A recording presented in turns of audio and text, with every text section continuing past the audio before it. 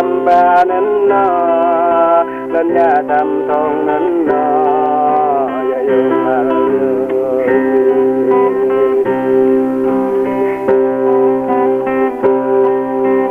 quay nhập nhím luôn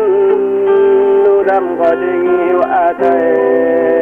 mẹ đã nguy nhím nên chắc nó trời nguy quá to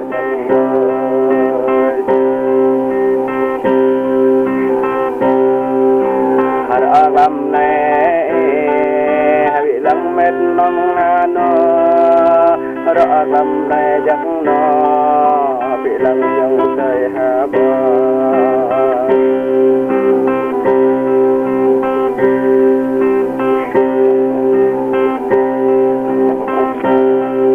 cái lịch này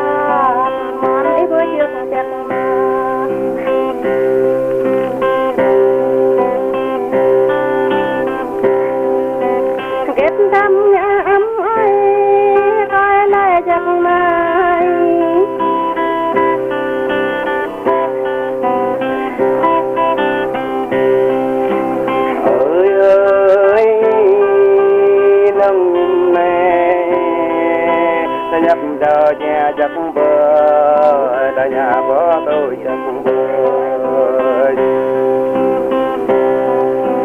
đơm có nhìn này nó chỉ mong tăng đại họ đi đơm có về chắc nó chỉ mong tăng đơn lời nhỏ